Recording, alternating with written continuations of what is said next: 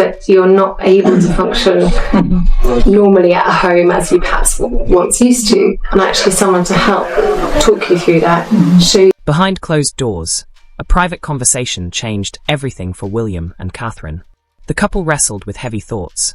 Fully aware that their decision would affect far more than their daily lives, it was not simply a matter of duty or public image, but a deeply personal situation, one that carried real trauma.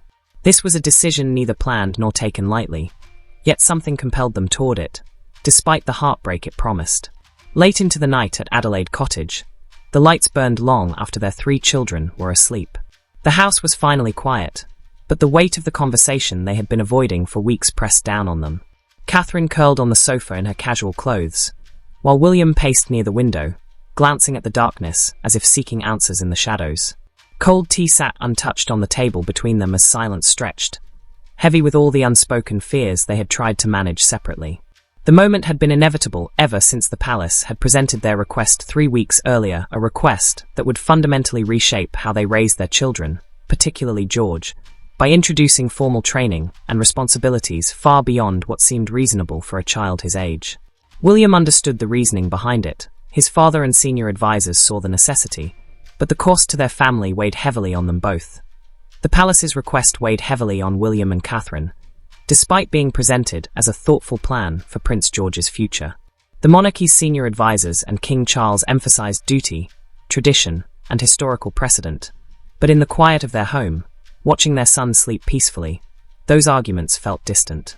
Catherine had spent weeks researching, discreetly consulting child psychologists and observing George, noticing the questions he asked about his future, questions no child should have to carry. The proposal would accelerate his public life, reduce privacy, impose structured education and frequent appearances, and limit normal childhood experiences, affecting all 3 of their children. William remembered his own childhood, the pressures of expectation, and the rare moments his mother gave him of normal life, and he had promised himself he would protect his children from the same weight. Yet now, that promise was tested. The palace framed the plan as preparation, not pressure, but William and Catherine recognized the reality. Agreeing would surrender significant control over their children's upbringing, prioritizing institutional needs over parental instincts. Catherine voiced her concerns about psychological impact, lost childhood years, and the example set for Charlotte and Louis, questioning whether there might be other ways to prepare George without sacrifice. William shared his fears from lived experience: the isolation, the sense of life belonging to others, and the risk of damaging their bond with their children. They weighed the consequences of refusal, potential compromise, and the inevitable pressure to conform. Despite exploring alternatives, every option seemed to collapse, revealing the palace's expectations as uncompromising. The initial proposal had arrived formally through William's private secretary 3 weeks earlier, followed by King Charles's personal conversation, emphasizing legacy, continuity, and lessons from past mistakes. The plan outlined a rigorous schedule for George, from public appearances and leadership training to carefully chosen recreational activities, leaving little room for negotiation. Catherine sought clarification, but each suggestion for change was met with explanations of why every detail mattered, showing that the proposal was a complete framework, not a flexible option. Even informal remarks from senior royals underscored the pressure, reinforcing the expectation that preparation must take precedence over protection, and making the decision confronting William and Catherine both inevitable and heart-wrenching. As the palace's plan for George's upbringing unfolded, external pressures quietly intensified. Media coverage began surfacing about George's future role, often strikingly well-informed about internal palace discussions, creating the sense that agreement was inevitable and resistance unreasonable. William recognized the strategy, familiar from a lifetime of observing how the palace shaped consensus, presenting preferences as natural conclusions, framing alternatives as almost foolish, and using loyalty and duty to make disagreement feel like personal failure rather than a difference of opinion.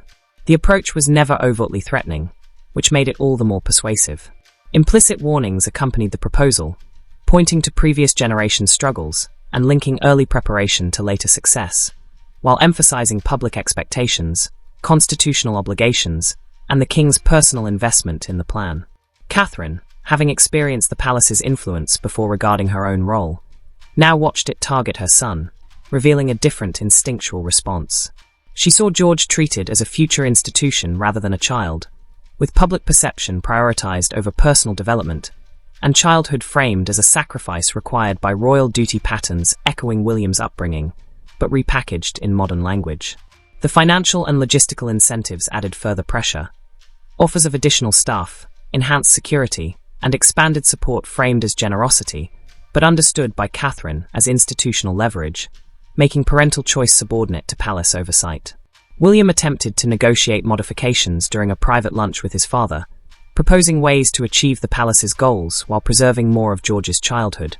But Charles ultimately returned to the original framework, recounting his own efforts to modernize the monarchy, the resistance he had faced, and the compromises he had made, underscoring that William's input, while invited, would inevitably align with the institution's priorities. The palace's carefully calculated deadline added another layer of pressure, signaling that any delay would be perceived as stubbornness rather than principle. Every passing day reinforced the expectation that William and Catherine's cooperation was inevitable, limiting their ability to explore alternatives or build support for a different approach. For Catherine, the stakes were deeply personal. She had spent countless hours reflecting on the kind of mother she wanted to be, watching other royal mothers navigate impossible expectations, and studying child development through her early years' work. Her vision for George, Charlotte, and Louis centered on giving them a strong foundation, allowing them to build friendships, explore interests, and develop confidence before introducing the complexities of royal life.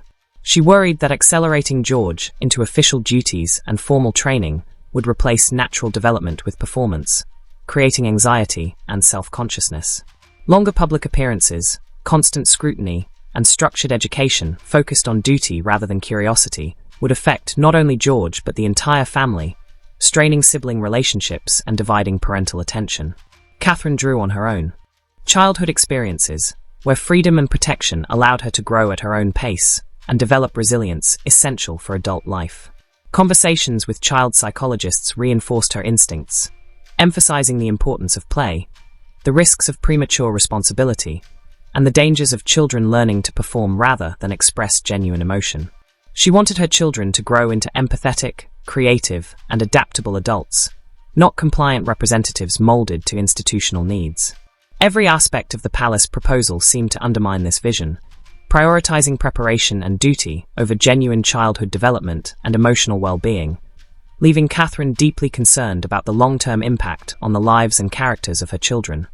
Catherine found herself struggling to explain her concerns to senior royals who fully supported the proposal, speaking a language that valued tradition and preparation over the protection of childhood. To them, duty and sacrifice were incompatible with indulgence or ordinary happiness, and they could not grasp that safeguarding childhood might ultimately produce more capable, resilient royals. The immediate trigger for the conflict was a suggestion that George attend certain official functions alone, supposedly to cultivate independence and familial representation. Catherine saw it differently. Forcing a child into adult situations without support created unnecessary stress and crystallized her broader worries that the palace's vision conflicted with healthy child development. She thought of the small moments that defined her relationship with her children: bedtime stories without rushing, unhurried weekend breakfasts, school runs filled with real conversations, moments the palace proposal would systematically replace with institutional requirements. She worried about the message acceptance would send. Would George, Charlotte, and Louis learn that their parents fought for their autonomy, or that royal duty always trumped personal needs? The decision was thus about more than schedules. It was about setting principles that would shape their upbringing and future. For William, the conflict struck on a deeply personal level. Having spent his own childhood navigating the tension between institutional expectations and personal needs, he felt acutely the stakes of this decision. Protecting his son meant defying his father and the palace establishment, risking the progress he had made in his relationship with King Charles. Charles had waited decades for his role, shaped by his mother's long reign, and believed in the importance of thorough preparation, convinced the proposal offered George advantages he himself had lacked. William's loyalties pulled in multiple directions. As a son, to honor his father and support the monarchy. As a father, to shield his children from pressures the institution could never repair. And as a future king, to ensure continuity while understanding the hidden costs of prioritizing duty over well-being. He had spent hours developing alternative proposals, hoping to reconcile these competing demands, but the tension between personal and institutional responsibilities made a clear path forward painfully elusive. William had spent hours proposing compromises delaying certain elements of George's training, spreading responsibilities over a longer timeline, or maintaining greater parental involvement in official appearances, but each suggestion was politely received and ultimately rejected, with explanations emphasizing the necessity of the original plan's timing and comprehensiveness. The palace had no mechanism for negotiation, only a system designed to secure compliance with predetermined conclusions. His own childhood memories added both motivation and complication. He recalled moments when he needed support that was unavailable because duty came first, his mother's frustration as she tried to create normalcy while being constrained by protocol, and the deep pride and love he felt for his grandmother and the institution she represented. The question of whether preparation truly required childhood sacrifice haunted him. Palace advisors insisted that early, intensive training was essential, but William wondered whether this was necessity or merely tradition upheld without question. He considered leaders in other fields who developed skills gradually rather than through premature immersion, and he suspected the palace's certainty was more ideological than evidence-based. He also feared the cumulative effect of small compromises. Agreeing now would establish a pattern where institutional demands continually overrode parental judgment, creating momentum toward increasing palace control. He foresaw a future where he and Catherine might become managers of their children's royal lives rather than protectors of their well-being. The path was not only slippery, but intentionally constructed to ensure dissent, with competing authority structures within the family challenging parental decisions. Drawing on his military experience, he recognized how divided authority inevitably led to conflict, and he understood the subtle but persistent pressures the palace had built into every stage of their children's lives.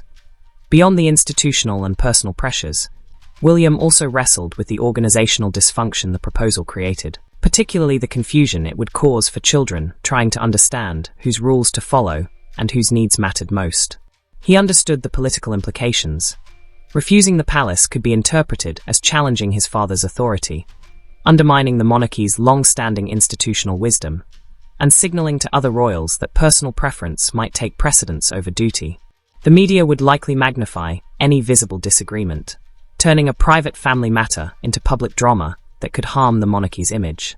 Yet accepting terms he believed would harm his children felt far worse, teaching George, Charlotte, and Louis that their parents could not protect them, and that William's promises to do things differently were empty words abandoned at the first test. The looming deadline forced him to confront fundamental questions about his values and priorities. Family had always come first, but would that belief survive serious opposition? Was he willing to accept real consequences to defend it? Meanwhile, a hidden factor added further complexity. Months earlier, Catherine had noticed something concerning during one of Charlotte's routine activities. Initially dismissed as minor, the pattern persisted, prompting careful observation and eventually a private consultation with a specialist, arranged discreetly outside palace channels. The results revealed a condition that required ongoing monitoring and careful management. Stress could exacerbate it, though it was not life-threatening. Maintaining a calm, predictable environment became essential, and the couple decided to keep the information private, sharing it only with Charlotte's physician and the specialist team.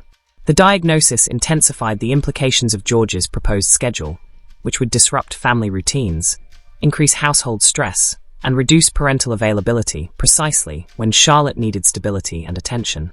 Compounding the already immense weight of the decisions facing William and Catherine, Charlotte's condition added another layer of complexity to the palace proposal, as the increased public appearances and heightened family demands would create exactly the kind of stress the household needed to avoid. Catherine found herself performing impossible calculations. What could be shared with palace officials, and what needed to remain confidential? The specialist had emphasized that Charlotte's medical information required careful protection, but that privacy made it nearly impossible to explain why the palace's timing posed such difficulty. Revealing the conflict risked disclosing the diagnosis, while remaining silent risked appearing uncooperative or overprotective. Catherine wondered whether the palace would show flexibility and compassion if they knew, or treat her concerns as unnecessary worrying, a reflection of the institution's historic tendency to see royal children as assets rather than individuals with unique needs. William watched Catherine bear this dual burden, managing Charlotte's medical care with grace, while simultaneously shielding all three children from the palace's demands. She attended specialist appointments, conducted extensive research, and meticulously documented Charlotte's experiences, all while maintaining public composure and continuing official duties. The situation also raised unsettling questions. If they followed the palace's proposal and Charlotte's condition worsened, would the institution take responsibility or expect the family to manage privately without disrupting public obligations? Charlotte herself remained mostly unaware of how her condition shaped family decisions.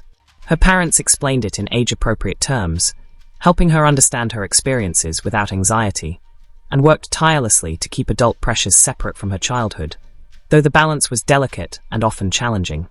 The timing of the palace's deadline felt especially cruel given Charlotte's condition. The specialist had recommended several months of stability to properly assess her situation and establish effective management strategies. Yet the palace proposal threatened major disruption precisely when calm consistency was crucial. Explaining this to the king would require revealing information William and Catherine had deliberately chosen to protect, leaving them caught between medical needs and institutional demands with no satisfactory way to reconcile the conflict. William recognized that Charlotte's situation could provide an unanswerable argument against the proposal, but using it would sacrifice her privacy and potentially expose her to scrutiny during a vulnerable period. Both parents agreed that her well-being had to come first, even if it meant foregoing a strategic advantage. By dawn at Adelaide Cottage, after a night of circling their options, testing motivations, and imagining possible scenarios, they reached a final decision. Catherine spoke first, stating with clarity and certainty that she could not support a plan she believed would harm her children, regardless of who proposed it or the institutional reasoning behind it. William felt relief flood through him as her resolve mirrored the choice he had been unable to voice, giving him permission to acknowledge his own. He added how his childhood experiences made it impossible for him to subject George to similar pressures, choosing instead to be the father he had needed rather than replicate patterns that caused him pain. With their decision made, they turned to practical considerations, informing the king before the deadline, standing firm against anticipated pressure, and preparing for potential consequences, including the loss of palace support, reduced cooperation from staff and advisors, and lasting strain on William's relationship with Charles. Their choice was a decisive act of parental protection, prioritizing their children's well-being over institutional expectation and public perception. Catherine raised concerns about how their refusal might be perceived within palace circles and by the media if the conflict became public. They could be portrayed as difficult, overprotective, or failing to understand their responsibilities, with narratives suggesting that Catherine was leading William away from proper priorities, reviving old stereotypes of her as an outsider who did not respect royal traditions. They needed to prepare for these interpretations while maintaining their stance without publicly criticizing the king or creating unnecessary drama. William acknowledged that his father would likely feel personally hurt, seeing their decision as a rejection of his judgment and the time and thought he had invested in preparing George for the future. They discussed how to communicate respect for the king while asserting firm boundaries over their children's upbringing, emphasizing their commitment to preparing George appropriately, but advocating for different timing and methods. They agreed to request ongoing dialogue, while making it clear that the specific proposal was unacceptable, grounding their reasoning in general principles about childhood development and parental authority rather than Charlotte's private medical situation, which had strengthened their position but could not be revealed. This stand would test whether they could maintain boundaries against palace pressure and set a precedent for protecting family needs in future conflicts. They planned responses for various reactions, from the king remaining calm if he expressed anger, listening respectfully if he attempted negotiation, and documenting carefully if he withdrew support or complicated matters through official channels. They also considered how to explain the decision to George in age-appropriate terms, framing it as normal parental responsibility to protect his right to a childhood, ensuring he did not feel responsible for family tension or fear about his future role. As the morning advanced and the children began to wake, William and Catherine held hands quietly, drawing strength from their unity. Whatever consequences followed, they would face them together, confident that their choice reflected their deepest values and their understanding of their children's needs, ready to defend it against the considerable forces aligned against them. The consequences began immediately. That afternoon, William requested a private meeting with his father, using the formal scheduling system to ensure both availability and privacy. The King's office confirmed within an hour, suggesting Charles had anticipated contact as the deadline approached. William felt a tight knot in his stomach as he prepared, rehearsing his approach while knowing no preparation could fully control the conversation. He dressed in business attire, treating the meeting as official business despite its personal nature.